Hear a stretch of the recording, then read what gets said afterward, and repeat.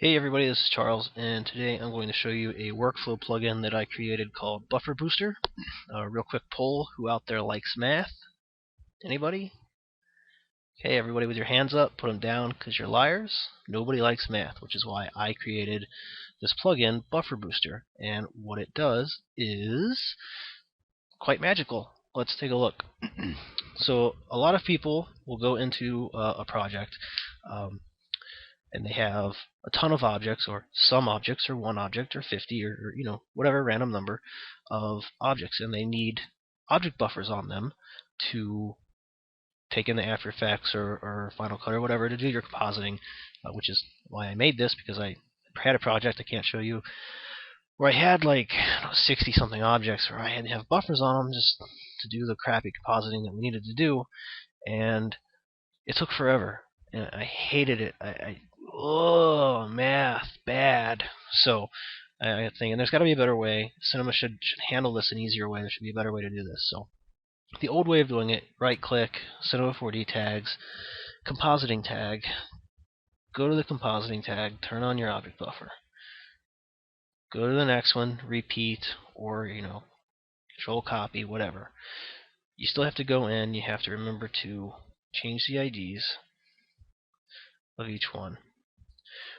When you're done with that, and you have to go into your multipass, go to multipass, object buffer. We had a few of them here. We had 2, 3, 4 of them.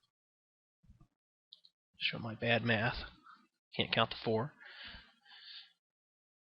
2, 3, 4. And we'd have to do this for, I think there's 34 objects in here that I made.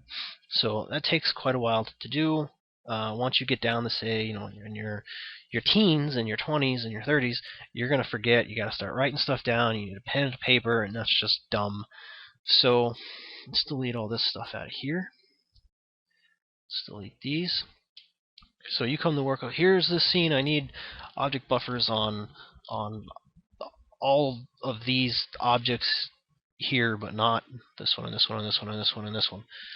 Okay, get to it. Okay, well, so what I did is you go up here to your plugins, and I've got this buffer booster, which I've got put out here. I'm gonna hit the button, and it's gonna say, this is gonna replace all the buffers. So I'll get to that in a minute. For now, we're just gonna hit confirm. Boom. Compositing tags on each one that was selected. A buffer set in the multipass. Multipass is turned on, and there's a buffer for each one. I selected 29. And each one has a unique ID. So you don't have duplicate IDs. You've got a unique buffer for each one. That's awesome. I think that's an immense help. It's a huge time saver. I had to do it for like 60 objects. It was a pain in the butt. But so, what about the dialogue, that warning that you got? Oh God, the warnings, right? So what that is saying is the way that I set this up. Partially due to laziness, partially due to time constraints, partially because it's a workflow plugin and you should be using it last anyway, is, say I have this guy right here. He had one. Let's go back. Okay, so you come back like, oh my God, this oil tank needed a buffer and we didn't have a buffer. Jesus Christ, what are we going to do? Okay, well, I'll just select it and run the plugin again. Well, no, you won't. Because if you do this, this is going to replace all the object buffers. You need to have all the buffers. Every object that needs a buffer needs to be selected. Like I said, because this is a workflow plugin, it should be done last. And if you hit confirm, yes, that's going to get a tag, but it's going to start over at 1. It's going to delete all of your multipass buffers. Only the buffers. If there's other stuff, let's add some other junk in here. La la la. Okay, so if there's other stuff in there, it'll leave it alone. It's only looking for these object buffers. So in order to do that, you would need to go back and manually select. We'll select all of them, and deselect the ones that you don't want to have the buffer on. That's the only drawback. That's the only thing that may hit your caveat there. So I hit the button again, confirm, yes, and then I get an object buffer for each one, and you'll notice that these don't go away. So pretty spiffy. And that's that. You get a unique ID for each object. So pretty cool. And it keeps IDs, various things like that. So few testers helped me out with this.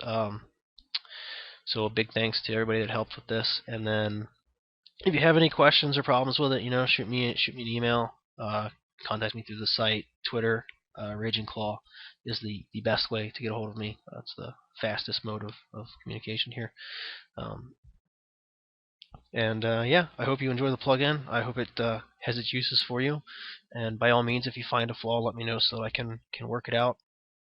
Upcoming future roadmap for this is I will be fixing this issue, or so that you'll be able to select this and get that one buffer and keep the others. That's coming in the future. I'm also going to be having a file, save the text file, that will be a companion to the piece that will let you